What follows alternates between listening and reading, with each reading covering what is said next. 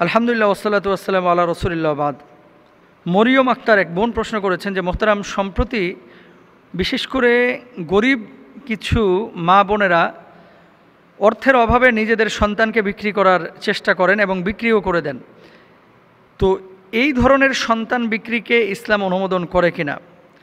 2 নম্বর, কিছু কিছু বাপ মা শুধু অর্থর কারণ না, অনেক সময় এই বিষয়টাকে নিজের আবেগ, ইমোশন এটাকে বিসর্জন দিয়ে একটা বাণিজ্যিক রূপ দেওয়ার চেষ্টা করেন। কেমন? ছোট বাচ্চা চুরি করে, কিন্তু অনেক সময় বাচ্চা চুরি করে নিয়ে যায় আরেক জায়গায় বিক্রি করে, এবং অনেক বাপ মা 50,000 টাকা 60,000 টাকার জন্য বাচ্চাকে বিক্রি করে দেয়। এবং সম্প্রতি এই প্রশ্নটা পাওয়ার পরে আমার একটা যমুনা টেলিভিশনের নিউজের কথা মনে পড়লো।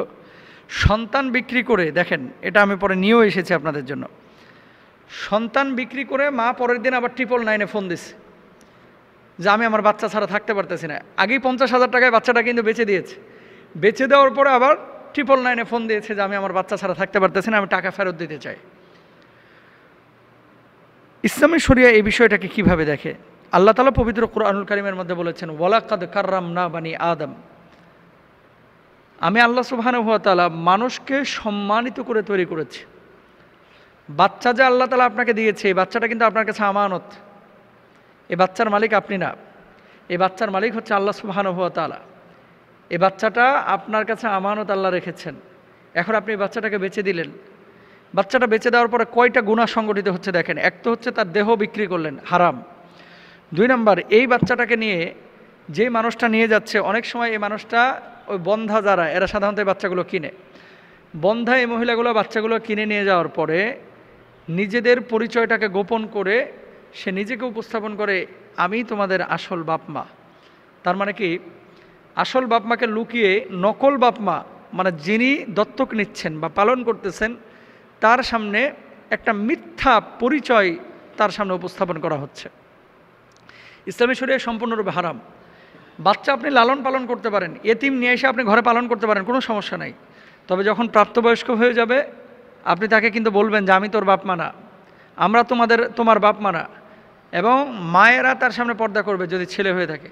যদি মেয়ে হয়ে থাকে, বাপ বলতে ওই যে পালক পিতা, এই পালক পিতা তার সামনে কিন্তু পর্দা করতে হবে। তার মানে সেখানেও কিন্তু আপনি হারাম করতেছেন। তাহলে 1 নম্বর হচ্ছে অঙ্গ বিক্রি করার গুনাহ, আল্লাহ যাকে বললো যে সম্মানিত করে বানাইছি সেটার গুনাহ। 2 নম্বর হচ্ছে আপনি আপনার পরিচয়টাকে, মূল পরিচয়টাকে গোপন করছেন, এটার গুনাহ। আরেকটা জিনিস দেখলাম, একজন ভিডিও পাঠাইছে যে মোহতারাম, ঋণ পরিশোধের জন্য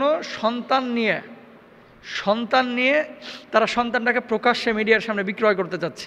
এটা আমার কাছে ফেক মনে হয়েছে। এরকম যদি কোনো সন্তান, কোনো বাবা, কোনো মা কাজ করতে চায়, এরকম যদি কোনো চিন্তা চেতনা তাদের ভিতরে থাকে, সম্পূর্ণরূপে এটা হারাম, সম্পূর্ণরূপে এটা হারাম, এটা জায়েজ নাই। কেন আপনি বাচ্চা বিক্রি করবেন?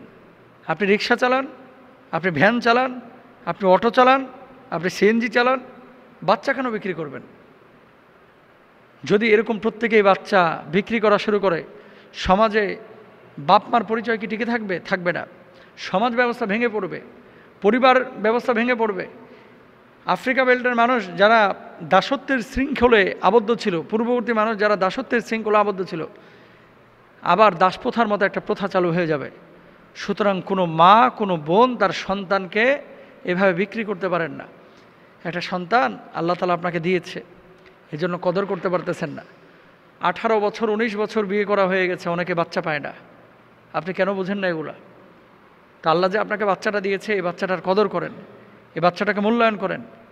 মানুষকে বানানোর উদ্দেশ্য একটা আছে, আল্লাহ তাআলার গোলামি করা। এখন আপনি একটা বাচ্চাকে মিথ্যার উপরে বড় করছেন। মিরাজ বা আবার আরেকটা প্রবলেম হয় ইদানিং, 6 বছর বাচ্চা হয় না, একটা বাচ্চা দত্তক নিয়ে এসেছে, পরবর্তীতে অরিজিনাল একটা বাচ্চা আল্লাহ তাআলা তাকে দিয়েছে। এখন এই বাচ্চাটা বাপমার সম্পদ পাবে, কিন্তু আগের যে পালকপুত্র সে তো বাপমার মিরাজ সূত্রে সম্পদ পাবে না। তো নানান ধরনের সমস্যা তৈরি হয়।